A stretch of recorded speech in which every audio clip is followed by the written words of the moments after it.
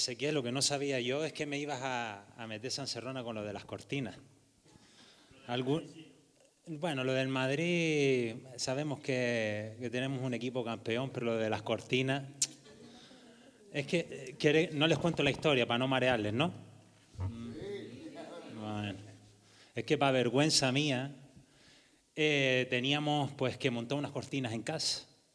¿Y qué pasa? Que compramos las cortinas y las cajas de las cortinas nunca las sacamos. Pasaron meses y luego pues había que montarlas. Y bueno, y pasó un tiempo hasta que las monté y ahora tenemos los tubos de las cortinas montados sin las cortinas. Y esta semana salió la conversación y yo no sabía ni dónde meter la cabeza porque le dice a Daza, a Ezequiel que no teníamos las cortinas montadas todavía, solo teníamos los tubos puestos arriba, ¿no? Entonces, bueno, en fin. Hombre, cuando la mujer diga que hay que hacer algo en la casa, hágalo, porque si no le dejan vergüenza. Ay, Dios. ¿Oramos por la palabra? ¿Sí? Bueno, Padre, nuestro deseo es alinearnos a ti. Alinearnos a tu espíritu en esta mañana, al espíritu de tu palabra, lo que salga de tu boca, para que tú renueves nuestras fuerzas, nos dejes aliento que necesitamos para continuar y poder exclamar como Pablo, hemos terminado la carrera, queremos llegar hasta el final siendo obedientes, haciendo todo aquello que nos llamaste a hacer en este tiempo, Padre. Como decía Adasa, un pueblo al que tú sigues llamando, sigues convocando, no solo a darte culto, sino a escuchar este mensaje de salvación. Oramos para que traigas de nuevo a esta iglesia, para que tú pongas un fuego tan profundo en los corazones como el que había en Jeremías, que era tan fuerte, que aunque quiso callar por todo lo que había sufrido, le sedujiste. Fue más fuerte lo que habías puesto en él que las aflicciones y las dificultades que estaba viviendo. Oramos por eso en tu iglesia, Padre, para que haya conciencia de lo que significa ser embajadores tuyos, ser discípulos tuyos, ser amigos tuyos. Oramos en el nombre de Jesús, pidiéndote que bendigas este tiempo donde tu palabra va a ser abierta, que tú hables a nuestros corazones en el nombre de Jesús. Amén. El texto de la predicación de hoy es 2 de Corintios, capítulo 4, versículos del 16 al 18. Algunos lo buscan, otros no. Les doy unos segundos para, si queréis acompañarme en la lectura. ¿También? Ah, mira. Bueno, tan rápidos, ¿eh? El texto... Pablo, nosotros tendemos a leer las Escrituras por capítulos, versículos y nos ayuda a identificar, pero Pablo está terminando de hacer una reflexión y presenta una argumentación acerca de lo que significa su vida como cristiano, más bien su vida como apóstol, y le ha descrito pues, una serie de argumentos y está terminando esta reflexión diciéndole, por tanto, ese es el conector, ¿no? Por todo lo que les he dicho antes, no nos desanimamos. Al contrario, aunque por fuera nos vamos desgastando, NVI, ¿vale? La versión, por si ahí tienen otra. Por fuera nos vamos desgastando, por dentro nos vamos renovando día tras día. Pues los sufrimientos ligeros, y es gracioso que Pablo diga esto, los sufrimientos ligeros y efímeros que ahora padecemos producen una gloria eterna que vale muchísimo más que todo sufrimiento. Así que no nos fijamos en lo visible, sino en lo invisible, ya que lo que se ve es pasajero, mientras que lo que no se ve es eterno. Pablo, el apóstol de Jesucristo, no sé si alguno habéis visto incluso la película que escenifica muy bien cuáles fueron los padecimientos. Un hombre que murió decapitado, un hombre que en el capítulo 11 de esta misma carta describe todo lo que él había sufrido como discípulo. Azotes, cárceles, naufragios, hambre, sed, peligro de ladrones, desierto. Un hombre que había sufrido. Ahora dice que los sufrimientos, las aflicciones, luego veremos las diferentes acepciones de la palabra. Lo que él había sufrido era ligero y efímero. Es paradójico que un hombre como Pablo pueda ver las aflicciones de la vida cristiana de esta forma. El objetivo de la predicación de hoy es que podamos responder a la pregunta de cómo podemos ser consolados cuando pasamos por aflicciones. Por desmitificar un poco y empezar a presentar el panorama de la reflexión, la vida cristiana no es fácil. Ya el ser humano de por sí pasa por dificultades. Pero yo no sé alguno de ustedes, si hay, no sé, menos de un año de alguien que se haya convertido, pero los peores momentos de la vida de Jonathan fueron cuando él decidió seguir a Cristo. Yo no iba a una iglesia, yo me convertí en mi casa, lo mío fue una experiencia un poquito excepcional. Yo me convertí y empecé a experimentar una serie de dificultades en mi vida que incluso me cuesta describirlas, porque si se supone que yo ahora soy salvo, que tengo una nueva vida, que soy hijo de Dios, pedazo de título que me han puesto, y empiezo a experimentar una serie de dificultades que no describen aquello que en mi mente parecía que debería de ser, ¿qué pasa? Recuerdo que cuando empecé a ir a la iglesia, terminaba el culto y yo seguía de rodillas delante del altar llorando. Y se me acerca un día el pastor y me dice, ¿en qué estás metido, hijo? Perdía clientes en mi trabajo, cuestionaba a todo el mundo mi integridad. En la calle decía, el Jonathan que salía a la discoteca, que compartía con otras personas, ¿qué le pasa? Se ha metido en alguna secta, se ha vuelto loco. Claro, eso es que cuando los que se han convertido, los que han nacido de nuevo pueden llegar a entender lo que significa esta experiencia, ¿no? Entonces, esa es la premisa, que la vida cristiana no está exenta de aflicciones.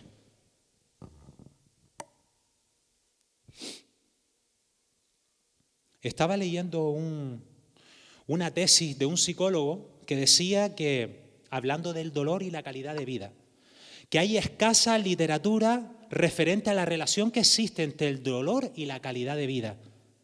Hay un consenso en cuanto a considerar que el hecho de sufrir dolor en diferentes momentos y situaciones del ciclo de la vida implica una alteración en la calidad de vida, sea a nivel personal, físico, social o emocional. Lo que viene a decir esta persona es, no encuentro libros donde hablen que una persona puede experimentar dolor, que sufra y que pueda tener una calidad de vida. Y esto lo ha adoptado la cultura en la que nosotros nos desarrollamos. Yo no sé aquí en Ronda, pero hasta dentro de nuestros círculos, de nuestras iglesias, hay personas que ven incompatible que una persona pueda tener calidad de vida y sufrir al mismo tiempo. Parece que es incongruente. Dice esta persona que hizo este estudio, en este sentido parece que la población que acude a la consulta médica por temas de dolor tiene una peor calidad de vida,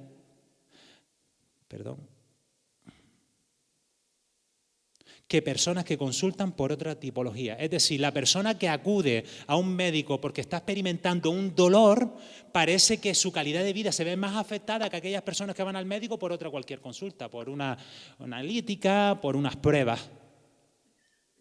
Las personas que sufren alguna dolencia demuestran un porcentaje alto de emociones como la frustración y la ansiedad, seguidas de la tristeza y la ira. Esto ya nos empieza a dar a nosotros pistas de qué experimenta una persona que está siendo afligida.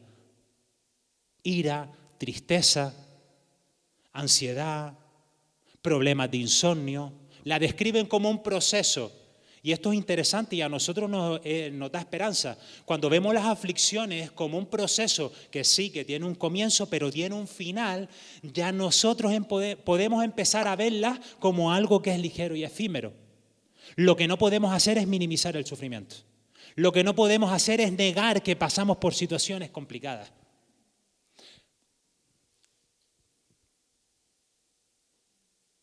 Pablo no está presentando un discurso triunfalista del Evangelio cuando dice que las aflicciones que él estaba experimentando eran efímeras y ligeras. Lo que Pablo había aprendido era describirlas a la luz de algo mejor. Por eso dijo, por tanto no desmayamos. Él en el versículo 14 está diciendo que igual que el Señor había resucitado a Jesucristo de entre los muertos, a nosotros también nos resucitará. Por lo tanto, aunque nosotros nos vamos desgastando, aunque las aflicciones producen presiones en nuestro cuerpo, problemas de insomnio, trastornos alimenticios, ataques de ira, no pasa nada, porque dentro de nosotros se va renovando la imagen de Jesucristo. Ya él en el capítulo 3 está presentando esa controvertida idea de judíos que querían practicar el antiguo pacto y Él les dice, el antiguo pacto, aquel que vimos cuando Moisés recibe la ley en tablas de piedra, que se le ilumina el rostro, eso perece. Por eso no pongas tus ojos en las cosas visibles. Va cobrando sentido lo que Pablo les dice, porque ya le había dicho, el antiguo pacto pereció como perecieron la luz del rostro de Moisés. Ahora tenemos una ley escrita en nuestros corazones. Nosotros somos cartas leídas de Cristo. Ahora, no podemos negar, ni se va a eliminar, que la vida cristiana está llena de momentos de aflicción. Hay un autor oriental con un contexto cristiano. Él se llama, a ver si lo pronuncio bien, Byung-Chul Han, en su obra La sociedad paliativa. Dice que hemos pasado de una cultura que sabía convivir con el dolor a una sociedad que lo anestesia. Todo aquello que incomoda, que duele, que confronta, se intenta de cualquier manera neutralizar. ¿Qué pasa? Que si nosotros decimos o negamos o lo ignoramos el sufrimiento, las aflicciones de nuestra vida, lo que de alguna manera el mensaje que estamos dando a quien quiera o a la situación que se nos ha presentado es que niego aprender aquello que de ninguna otra forma voy a aprender. Porque las aflicciones de alguna forma nos enseñan y producen en nosotros algo que no se puede aprender de ninguna otra manera. Ningún libro, yo creo que esto lo sabéis mucho, ningún libro en el mundo te va a hacer a ti aprender algo que vas a aprender por medio de las aflicciones que vas a vivir. Ya no hablo de ser humano, vamos a llevarlo ya a nuestra práctica, en el desempeño de la actividad eclesial, en nuestra vida como cristianos. Lo que aprendemos cuando pasamos por procesos de dificultad, no lo vamos a aprender estudiando libros, ni en la facultad 4 años, ni luego haciendo un máster, porque yo estoy terminando el máster y yo no he aprendido, sí, sé lo que hablan teólogos sobre las aflicciones y la describen, y sé cuál es el concepto griego que Pablo utiliza cuando está hablando de las aflicciones, pero que las tenga que vivir, uy Dios, que las tenga que ver como Pablo las ve,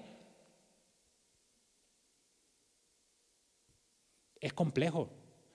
Pablo en todas sus cartas habla mucho de las aflicciones. De hecho, en la carta que más habla de aflicción, de hecho la palabra griega que utiliza es tripsis, la carta que más lo usa es en la carta de 2 de Corintios, hasta 10 veces, que describe una presión, una sensación de estrechez, de tristeza, de congoja. Claro, nosotros tenemos que entender desde qué postura Pablo está diciendo lo que dice, para que podamos sentarnos con él a hablar de lo que él está diciendo aquí. Porque Pablo, ¿tú sabes lo que estoy viviendo yo? ¿A ti alguna vez se te ha muerto algún familiar? La Biblia no lo dice. ¿Se le ha muerto algún amigo? ¿Tú has pasado por las enfermedades que yo he pasado, Pablo? Si leemos, ¿me puedes poner el versículo 8 del capítulo 1? Pablo comienza esta carta después de saludarle diciéndole esto, que cuando él había entrado en Asia, lo que él había experimentado abrumó sobremanera su vida. Las tribulaciones eran tan complejas que él había perdido la esperanza de seguir con vida. Este es el Pablo que ahora dice que los sufrimientos, las aflicciones, son ligeras.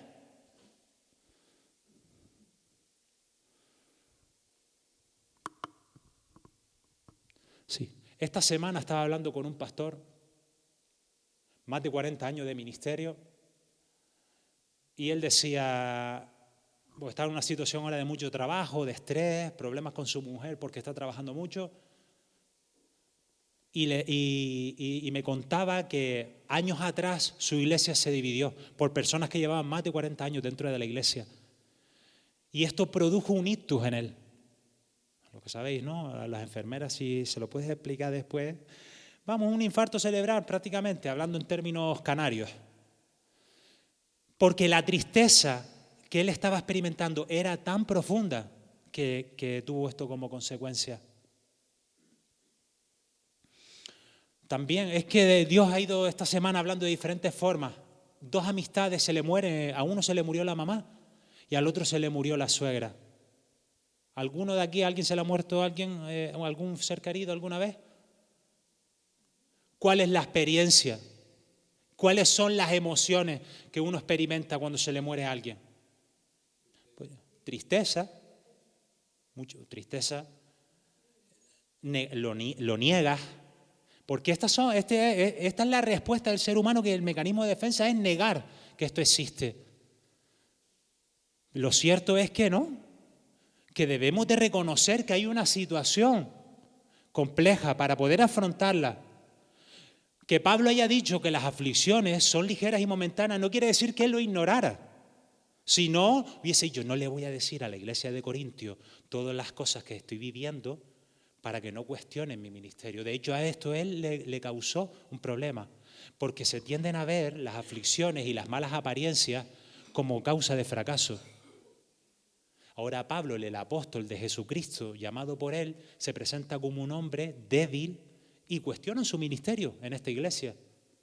Y él dice, no pasa nada. Por eso al principio del capítulo 4 él dice que somos vasijas de barro, que contienen un tesoro, pero somos frágiles. Él no esconde el fracaso, él no esconde las aflicciones de su vida. Por eso ese sería el primer punto que quiero dejarles, ¿no? Las aflicciones como parte de la vida cristiana. No podemos ver las situaciones que comprometen nuestra fe, que nos hacen cuestionar nuestra fe, como una causa de fracaso. No podemos verla como algo que es el final tampoco, porque es un proceso. Y ahí es donde viene ahora la respuesta de Pablo en el versículo 17, pero antes termino esta reflexión, debemos de afrontarla, porque yo no puedo decir, la ignoro y eso hace que las aflicciones sean llevaderas, ligeras. No, las reconocemos en nuestra vida.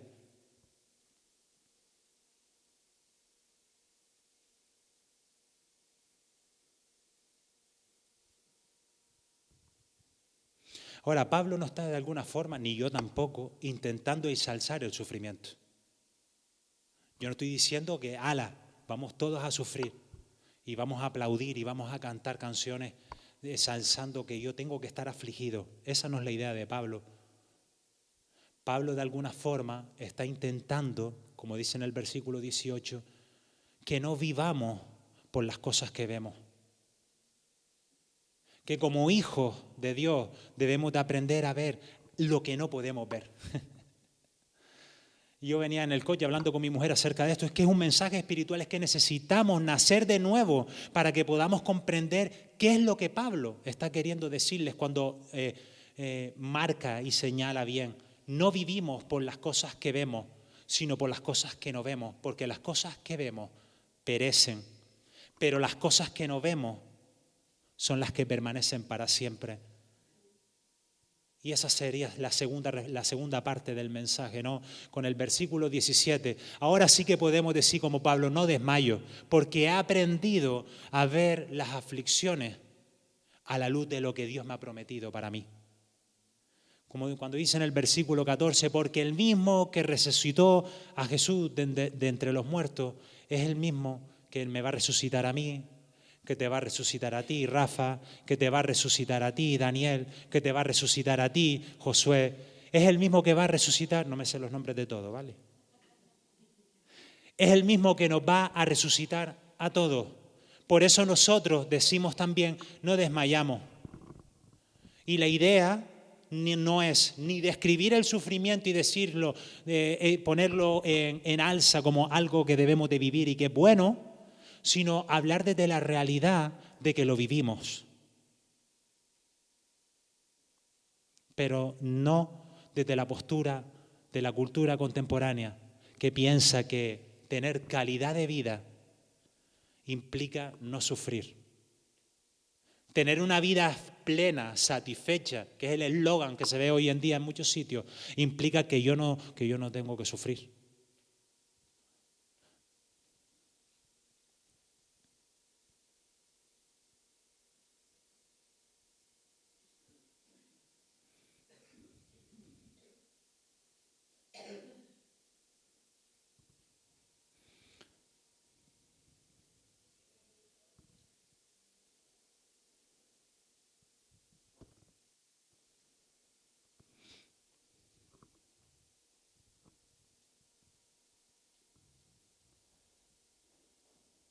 Yo sé lo que es llegar a una iglesia un domingo porque toca, porque amamos al Señor, pero no tener ni ganas de cantar. Yo sé lo que es. Yo lo he vivido. Yo he llegado a una iglesia, Señor, yo te amo. Yo soy aquella persona que adoraba, que le predicaba a todo el mundo, que estaba dispuesto a dejarlo todo por ti, pero en un momento de su vida enfriarse. Yo sé lo que es. Yo sé lo que es hacer las cosas por inercia. ¿Qué pasa? Que cuando nosotros experimentamos constantemente situaciones que están afectando nuestra fe, nos cuesta seguir adelante. Nos cuesta. Por eso podemos ver como Pablo y decir que las aflicciones son llevaderas, porque reconocemos que estamos sufriendo. Cuando somos capaces de abrirnos, de ser vulnerables, yo no digo que hay aquí diciéndole las cosas a todo el mundo, pero sí que debemos de reconocer que pasamos por situaciones muy complejas. Yo sé lo que viví con una persona que ha perdido a 5 hermanos, 3 en 3 meses. ¿Y cómo responder a eso? Mi mamá fue una persona que ella perdió 5 hermanos, se le murieron 3 en 3 meses, ¿no? Un proceso. ¿Y cómo afrontó mi madre esta situación? No fue igual que como la afrontó mi abuela. Yo entiendo que todos no reaccionamos igual cuando experimentamos situaciones que comprometen nuestra fe, que nos afligen, yo lo sé. Pero debemos de aprender a acercarnos a las personas y de decirle, mira, yo me encuentro así. Tal vez la falta de los insomnios, los problemas alimenticios, la tensión que algunos tienen, la sensación de hinchazón en el estómago, son porque están en un proceso de aflicción. Y sus mecanismos de defensa, de alguna forma, están intentando negarlo y dejarlo aparcado, pero ignorarlo no lo elimina el problema. Ignorarlo no elimina las dificultades, las situaciones adversas no cambian, aunque yo las ignore. Y esto es lo que produce el temor, ignorarlo, paralizarlo. Y la idea es que hoy como iglesia podamos ser, yo no digo que todos lo estemos pasando, pero lo pasaremos en algún momento, lo hemos pasado. Y es que la aflicción te desanima, hace que te desmayes. Pablo puso, y no desmayo porque pudo poner la mirada en algo más. La idea es que cambiemos nuestra mirada de la aflicción, de la pérdida, del dolor, hacia la promesa de que un día las lágrimas serán enjugadas. Y ahora la serpiente el león y la oveja pueden apacentar juntos. Ya no habrá dolor, ya no habrá conflicto. Pero en este mundo tendremos aflicción. Jesús no vino predicando un evangelio donde todas las cosas iban a ir bien. Él dice en los últimos tiempos, ya antes de toda esa pasión que él vive, al final del capítulo 16, versículo 33, él le dice, en este mundo tendréis aflicción, pero confiad, yo he vencido al mundo. Y Pablo, recordando las palabras de Jesús, no nos olvidemos que él vio cosas que eran inefables, que no se podían traducir al idioma humano. Yo entiendo que Jesús le dice, dile a mi gente que van a tener aflicción, pero que confíen, que igual que yo vencí al mundo, ellos también vencerán. Que el mismo que resucitó a Jesús de entre los muertos, a nosotros también nos resucitará. Y no es algo etéreo. Sé que es un espacio donde no hay tiempo, donde no hay espacio. Es que no lo podemos ni siquiera con palabras describir. Es algo supratemporal. Pero participamos de la naturaleza de Él. Su gozo, su paz, su benignidad, su bondad estarán en nosotros. Ahora sí que no desmayamos cuando pasamos por la aflicción. Ahora sí que hemos aprendido a responder a la pregunta de cómo podemos ser consolados en medio de las aflicciones, porque hemos dejado de mirar la aflicción, el dolor, la pérdida, y hemos puesto la mirada en las cosas de arriba. Hemos aprendido como Pablo a poner la mirada en las cosas de arriba. Ahora sí que podemos decir que mis tribulaciones, Jonathan, bueno, ahora si me lo pintas así, es mejor. Ahora sí que podemos sentarnos con Pablo, comer unas bravas y decirle, Pablo, gracias porque me has enseñado cómo tengo que vivir en medio de las dificultades.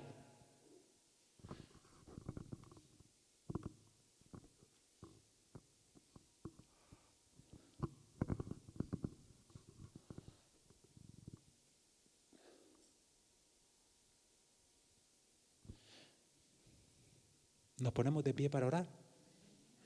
¿Alguien me puede acompañar al piano? Yo no sé lo que está viviendo cada uno de ustedes. Sí sé lo que está viviendo Rafa, por ejemplo, que pude escucharlo. La incertidumbre que genera un posible diagnóstico y cómo eso afecta a todos nuestros planes. ¿Y si mañana se te muere un ser querido?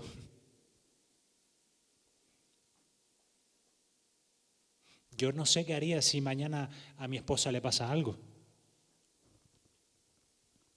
No sé si me volvería loco. Lo que sí sé es lo que voy a hacer. Es poner la mira en las cosas de arriba. Es recordar que eso es lo que hacían los primeros cristianos cuando los perseguían y los mataban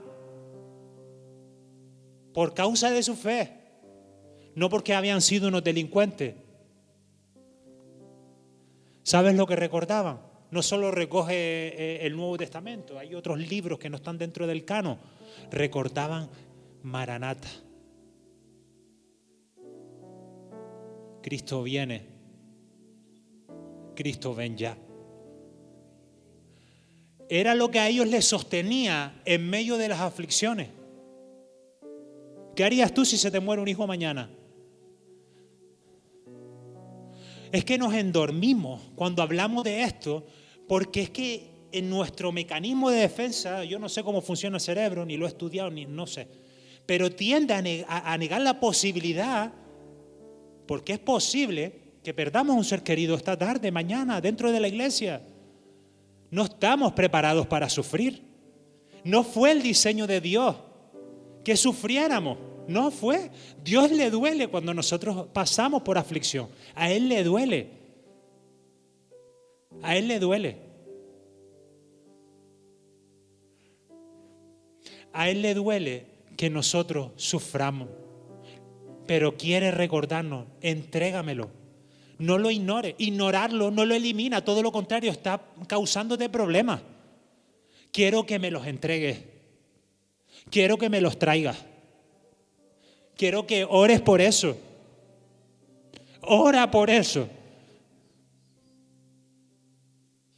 Quiero que aprendas a poner la mirada en las cosas de arriba. Aquello que no podemos ver. Que no podemos verlo. Pero Pablo le estaba diciendo antes de esto que somos cartas leídas, que ahora vamos creciendo de gloria en gloria, como viendo la faz de Jesucristo. Claro que sí, que estamos padeciendo dificultad. Recordamos las palabras de Pedro a la iglesia, que nuestra fe pasará por fuego, porque nuestra fe es mucho más preciosa que el oro. Y si el oro, para ser purificado, pasa por fuego, cuánto más nuestra fe, que es mucho más preciosa que cualquier metal. Si hay algo que tiene valor y debe de examinarse y trabajarse para encontrarlo, imagínate nuestra fe, que se esconde cuando estamos afligidos.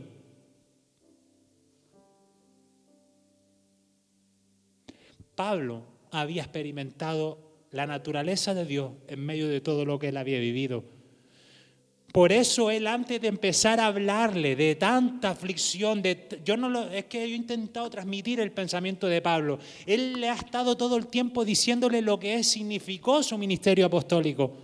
Mucha aflicción, iglesia, mucha aflicción para Pablo. Pero antes de regodearlo y de ensalzarlo tanto, después de saludar a la iglesia, en el versículo 3, si no recuerdo mal, si me lo pueden poner.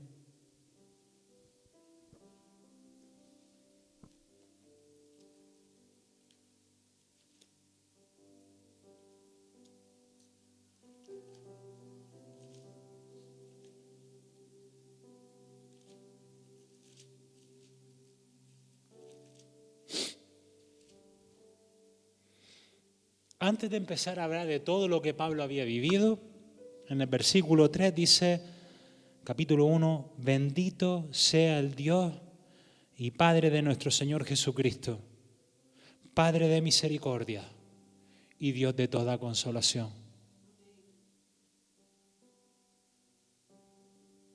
Él había aprendido cuál era la naturaleza de Dios, el favor de Dios para él cuando él estaba afligido, el consuelo de Dios. Si es que no hay otra cosa. Si es que cuando nos duele la pierna tenemos una ampolla, vamos a la farmacia porque nos tiene una tirita, pero cuando pasamos por aflicciones, cuando hay una pena tan profunda que no podemos describir, solo Dios puede consolarnos. Ese es el Dios al que cantábamos. Como decíamos, como el salmista recitó, ahora yo lo canto, el Dios de toda consolación, el Dios que me vio en el dolor y me consuela. Te damos gracias, Padre, de misericordia y Dios de toda consolación. Hoy queremos abrir nuestro corazón delante de ti para orar. Ayúdanos en medio de lo que estamos viviendo. Yo sé que no somos todos. Yo reconozco que todos no estamos en momentos agridulces o de aflicción, pero sabemos que en este mundo hay aflicción. Y yo te ruego, Dios mío, que nos des ojos para ver lo que no podemos ver. Vernos ese día donde tú enjugarás cada lágrima, donde te acercarás a nosotros y te pondrás de rodillas, como hacías cuando caminabas por las calles de Galilea y perdonabas pecados.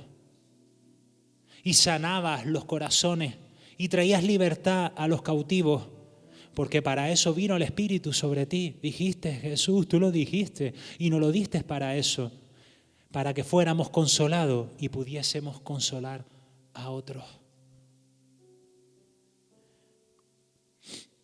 A lo mejor me dices, no, Jonathan, yo llevo muchos años y yo he aprendido a mirar las cosas de arriba. Consuela a otros. Si es que es para todos, si es que todos, si no soy yo, es el que tengo a mi lado. Si no soy yo, es mi mujer, si no soy yo, es un hijo. Si no soy yo, es mi vecino. Nos dio a nosotros el ministerio de la reconciliación. Ese ministerio del nuevo pacto que trae salvación a todos. Oramos por Ronda, Padre, para que traigas consuelo. Que no le tenga miedo al sufrimiento. Que Ronda pueda confesar qué le duele y ver cómo tú, en ese espacio, vas trabajando con él. No lo había dicho hasta ahora, pero cuando nosotros vemos la aflicción como el lugar donde Dios empieza a hacer algo en nosotros, que de ninguna otra forma vamos a aprender, es mucho más llevadero. Por eso el profeta Oseas, hablando de parte de Dios, le dice a Israel que se había prostituido con otros ídolos, te llevaré al desierto y allí haré que te vuelvas a enamorar de mí. Porque de alguna forma esa imagen de desierto donde hay falta de recursos, donde los cambios de temperatura son tan bruscos, ese escenario de tanta dificultad va a producir algo en ti que hasta ahora parece que no había pasado.